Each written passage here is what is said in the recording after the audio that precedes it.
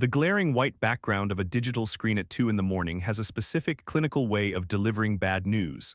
There was no phone call, no tearful sit-down at a dimly lit coffee shop. Just a push notification from a shared iOS Notes app, a document originally created to keep track of weekly groceries.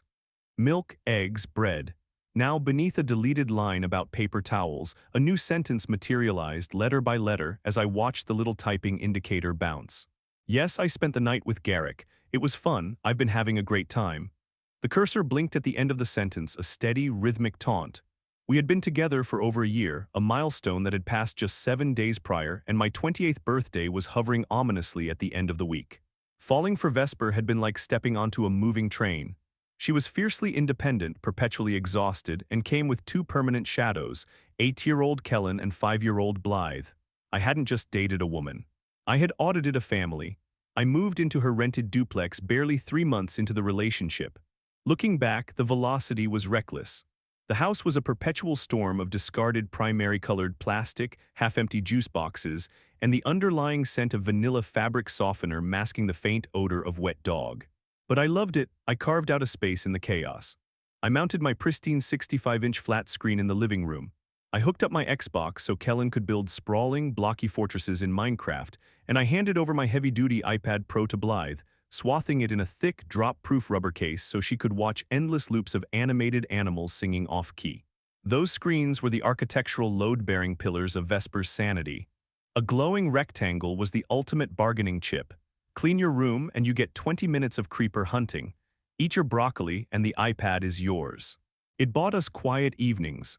It bought Vesper an hour to soak in the tub without a small fist hammering on the bathroom door. Then came the first fracture.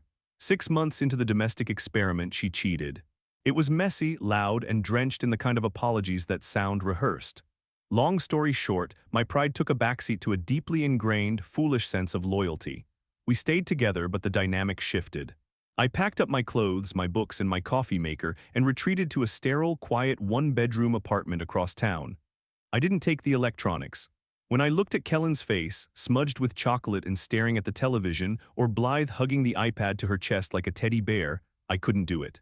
I couldn't punish them for their mother's wandering eye. I also kept paying the internet bill. The account was in my name, a lingering thread of the life we had briefly shared under one roof. It was $30 a month.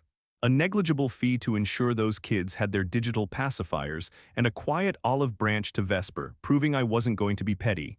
Until the shared note. For hours that evening, my texts had hung in the digital void. Did you stay there? Are you with him? Read receipts glaring back at me, mocking my anxiety. And then the final, cowardly confirmation typed into a grocery list. Sitting on the edge of my mattress, staring at the words "it was fun," the familiar, suffocating cocktail of emotions poured into my chest. It wasn't a sharp stab this time, it was a slow, heavy ache. Anger, thick and suffocating, confusion wrapping around my brain like fog. And the loudest voice of all, the creeping self-doubt that whispered I had been a spectacular fool for giving her a second chance. I didn't respond. I closed the app. I tossed the phone onto the nightstand, where it landed with a dull thud against the wood, and I lay back in the dark, listening to the hum of the city traffic outside my window. I let the silence stretch for 3 entire days. No calls, no texts, no dramatic demands for closure, just a complete cessation of my existence in her world. On the afternoon of the 4th day, a mundane notification popped up on my phone screen. Autopay scheduled, fiber optic internet. I tapped the alert, opening the provider's application. The interface loaded, displaying a neat little dashboard, account active, bill paid, devices connected, 14. 14 little invisible tethers feeding data into Vesper's chaotic household. I tapped the network tab, idly scrolling through the connected devices. Kellen's Xbox, Blythe's iPad, Vesper's iPhone, smart TV, my thumb hovered over the screen. Right there, nestled beneath the router settings, was a small, unassuming toggle switch. Pause network. I stared at that digital switch for a long time. The apartment around me was dead silent, a stark contrast to the noise I knew was echoing through Vesper's duplex at 4 in the afternoon. The kids would just be getting home from school and daycare. They would be shedding backpacks, kicking off shoes, demanding snacks. Vesper would be exhausted, rubbing her temples, desperate for just 30 minutes of peace to chop an onion and boil water for pasta. She would reach for the remote, she would hand over the iPad. I debated it for an hour.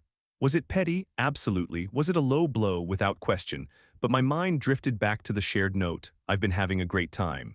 She had taken my forgiveness, my financial support, and my electronics, and used the comfort I provided to fund her free time with Garrick. I was subsidizing the peace and quiet that allowed her to step out on me. I pressed my thumb against the glass, the toggle slid to the left. The green light turned a dull, lifeless gray. Network paused. Somewhere across town, a Minecraft server abruptly disconnected, leaving a blocky character stranded in the dark. An animated animal froze mid-song, a spinning buffering wheel appearing over its face. A smart television went black, displaying a blunt no-connection error. I leaned back against my sofa, a slow, grim satisfaction settling into my bones. I didn't need to be there to see the fallout. The theater of my mind provided a crystal-clear broadcast. I pictured Kellen mashing the controller buttons, his frustration mounting as the connection failed. I saw Blythe shaking the iPad, her lower lip trembling before the inevitable high-pitched wail of pure five-year-old indignation shattered the air. The bargaining chips were gone. The digital pacifiers had been neutralized. Vesper would try to fix it. She'd unplug the router, wait the requisite 30 seconds, and plug it back in. She'd watch the blinking lights cycle from green to amber and back to a dead, flashing red. The kids would grow louder, the noise bouncing off the walls, a rising tide of chaos right when she had zero patience left to deal with it. She would check her phone, realizing she was forced onto cellular data. She would try to log into the provider app, only to remember the password was locked away in my head. She would be met with unexpected, uncontrollable noise. The very environment she had tried to escape by seeking out another man was now turned up to maximum volume, and there was absolutely no escape button. I poured myself a glass of water, walked over to my window, and looked out at the street below. My phone remained silent. She couldn't text me to fix it without acknowledging what she had done, without facing the reality that the man she had so casually discarded was the one keeping the walls of her domestic life from caving in. 9 months have passed since that afternoon. The lease on my apartment is up for renewal soon, and the sting of the shared note has faded into a dull, manageable scar. I never turned the internet back on.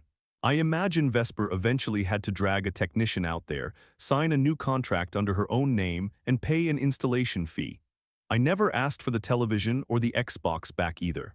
The kids didn't deserve to lose their toys entirely, even if they had to wait a few days in the dark for their mother to figure out the Wi-Fi. It remains a quiet, unspoken victory. I didn't scream, I didn't break anything, and I didn't beg for an explanation. I just flipped a switch and let the consequences of her actions fill her living room with deafening, unavoidable reality. Sometimes the most powerful response to betrayal isn't a screaming match or a poetic final letter. It's walking away and taking the invisible safety nets you built right along with you. If you're pouring your time, money, and emotional energy into making someone else's life easier, make sure they actually respect the architect. Never subsidize your own disrespect. If you enjoyed this story of quiet karma, hit that subscribe button, drop a like, and share your own moments of petty justice in the comments below. Let's keep building a community that knows its worth.